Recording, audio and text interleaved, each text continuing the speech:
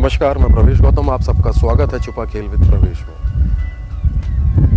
Corona महामारी के दौरान निजी अस्पतालों की लूट किसके संरक्षण में? शासन, सरकार या नौकरशाह या तीनों? वैसे हैं एक ही, सरकार कह लें, शासन कह लें या नौकरशाह कह लें। इनके संरक्षण में लूट चली और सरकार ने अपने ही एक आदेश का परिपालन न करके निजी अस्पतालों को कैसे फेवर किया, पूरी बातें बताऊंगा, परत दर परत खोलूंगा आज के छुपा खेल विद प्रवेश में। एक विशेष निवेदन है, द करंट स्टोरी को सब्सक्राइब जरूर करें और बेल आइकन जरूर दबाएं। आपके इस छोटे से प्रयास से हमारा मनोबल बढ़ता है। देखते रहिए छुपा खेल विद प्रवेश।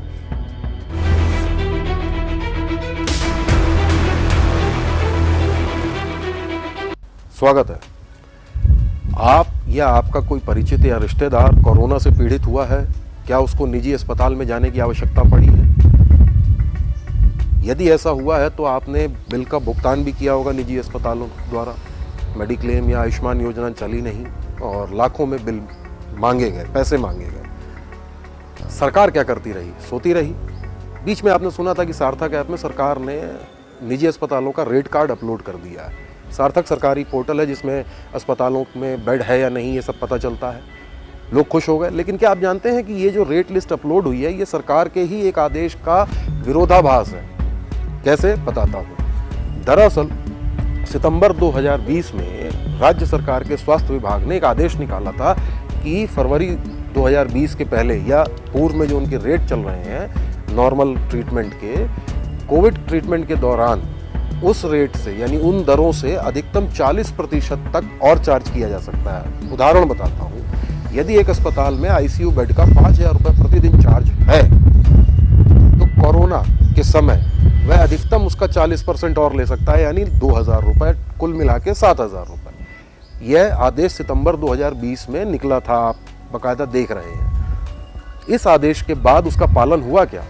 नहीं हुआ। सार्थक ऐप में जो रेट लिस्ट निजी अस्पतालों की डली, आप जाके देख सकते हैं सार्थक ऐप में, वैसे मैं दिखा भी रहा हूं। वह रेट लिस्ट क्या इसके परिपालन में है? नहीं है। मामला मध्य प्रदेश की हाई कोर्ट में चल रहा था। हाई कोर्ट ने सरकार से पूछा तो सरकार ने एफिडेविट दिया कि हमने ये आदेश निकाले थे। सरकार ने पूछा आदेश निकाले थे तो किस आधार पर निकाले थे? सरकार के पास यानी शासन के पास, स्वास्थ्य विभाग के पास कोई भी बेस रेट का फॉर्मूला नहीं था। जिस एक्ट के अंतर्गत नर्सिंग होम और अस्पताल अपने रेट निर्धारण की जानकारी संबंधित स्वास्थ्य विभाग में देते हैं, उस एक्ट में एक फ्लॉ है। जी हाँ, फ्लॉ ऐसा है कि उसमें हर साल रेट बताने का नियम नहीं है। 20 साल पहले किसी अस्पताल ने बताया कि मैं एक बेड का 100 रुपये चार्ज करूंगा, तो आज भी उसका रिकॉर्ड में वही चढ़ा है। अधिकारियों ने मैं शायद कह रहा हूँ, इसी ग्रे एरिया या यूं कहूँ फ्लॉ का या यूं कहूँ कमी का फायदा उठाते हुए आदेश जारी कर दिए। सवाल ये उठता है कि 40% अधिकतम किस रेट से, इसका कहीं कोई रिकॉर्ड नहीं। पर फिर भी ये माना गया कि फरवरी 2020 में यानी कोरोना काल के पहले तक जो रेट चल रहे थे अस्पतालों के, उससे 40%, यानी यदि डीलक्स वार्ड का 4,000 रुपये है तो 40% और जोड़ के 1,600 रुपये, इससे ज़्यादा नहीं ले सकते। पर ऐसा हुआ नहीं, इससे ज़्यादा वसूला गया हाई कोर्ट में। जी हाँ, मध्य प्रदेश की हाई कोर्ट में जबलपुर बेंच में न्याय मित्र वरिष्ठ अधिवक्ता नमन नागरथ जी ने यह बताया कोर्ट को कि ये आदेश जो निकले थे, इस आदेश के बाद भी अस्पतालों के रेट ज़्यादा है, तो इस पर कोर्ट ने संज्ञान लेते हुए अप्रैल महीने में राज्य सरकार को निर्देश दिए थे कि आप ये जो 40% का आदेश आपने निकाला है कि इससे ज़्यादा नहीं लिया जा सकता, इसमें रेट निर्धारण करें। यानी आप ये पता करें कि अस्पतालों का रेट क्या है या कितना होना चाहिए और 40% कोरोना के लिए एक्स्ट्रा कितना लिया जाएगा। सरकार ने उस आदेश के बाद सार्थक पोर्टल में रेट अपलोड कराया, रेट कार्ड डलवाया अस्पतालों का। शायद आपने भी चेक किया हो, नहीं किया हो तो अभी भी कर सकते हैं। और कोर्ट को कह दिया हमने परिपालन कर दिया। लेकिन जब कोर्ट में ये बात आई तो कोर्ट ने, जी हाँ, कोर्ट ने फिर टिप्पणी की। वरिष्ठ अधिवक्ता नमन नागरथ जी ने द करंट स्टोरी को बताया कि कोर्ट ने कहा था कि आप रेट निर्धारण करें। निर्धारण का मतलब होता है आप कैलकुलेट करें कि कितना उचित है कितना अनुचित है। आपने ये किया नहीं। निजी अस्पतालों ने जो अपनी सूची दी आपने उसी को अपलोड कर दिया और उसको सार्थक यानी सरकारी पोर्टल में अपलोड होने के बाद यह मान लिया गया कि सरकारी मंजूरी है। क्योंकि यही होता है, सरकारी वेबसाइट में यदि कोई दस्तावेज है तो उसको यही माना जाता है कि सरकारी मंजूरी है उसको। किसकी गलती है? क्या हमारे वरिष्ठ अधिकारियों को यह समझ में नहीं आता? मतलब बड़े बड़े अधिकारी, बड़े बड़े नेता, मंत्रियों को ये समझ में नहीं आता कि निजी अस्पतालों ने जो रेट कार्ड दिए हैं वो उन्होंने अपने दिए हैं। आपको निर्धारण करना है, यानी उसको जांचना परखना है। कोर्ट की इस नाराज़गी के बाद यह दोबारा आदेश निर्देश दिए गए हैं राज्य सरकार को कि आप रेट निर्धारण करके बताइए कि उस आदेश के परिपालन में क्या हुआ और आपने रेट निर्धारित किया या नहीं। मामले की सुनवाई चल रही है, अगले हफ्ते सोमवार को इसकी फिर से सुनवाई है, तब राज्य शासन अपना स्पष्टीकरण देगा। सवाल उठता है कि 40% जब आपने पहले आदेश निकाल दिया था तो उसका परिपालन क्यों नहीं करवाया। आम आदमी पिसता रहा, लाखों करोड़ों रुपए अस्पताल कमाते रहे। मैंने अपने पहले एक एपिसोड में बताया था कि कैसे आयुष्मान कार्ड होल्डर को भी वो बेनिफिट नहीं मिला, गरीब आदमी था।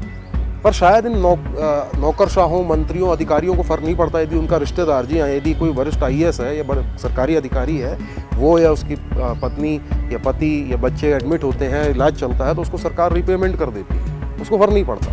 5 लाख ले लो, 10 लाख ले लो, जो भी बिल आएगा सरकार दे देगी बाद में। मंत्रियों को या विधायकों को भी दिक्कत नहीं है क्योंकि सरकार खर्चा उठा रही है। कौन सोचेगा।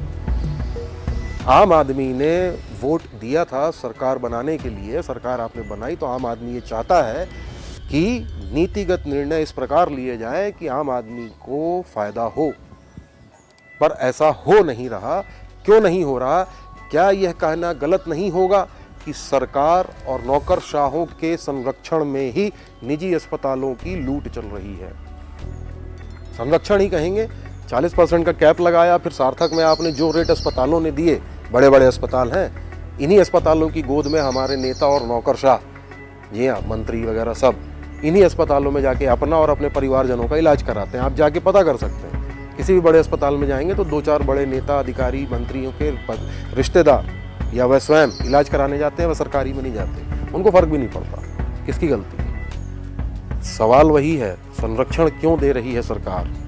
नहीं दे रही है तो इस पे जवाब प्रस्तुत करें और रेट निर्धारण करें। लेकिन हाई कोर्ट में सुनवाई ये चल रही है कि रेट निर्धारण करना है, तो जिस दिन रेट निर्धारण होगा उसके बाद से वो एप्लीकेबल होगा। और वर्तमान में कोरोना संक्रमण दर अपने आप कम हो गई है, अपने आप या जिसके भी प्रयासों से।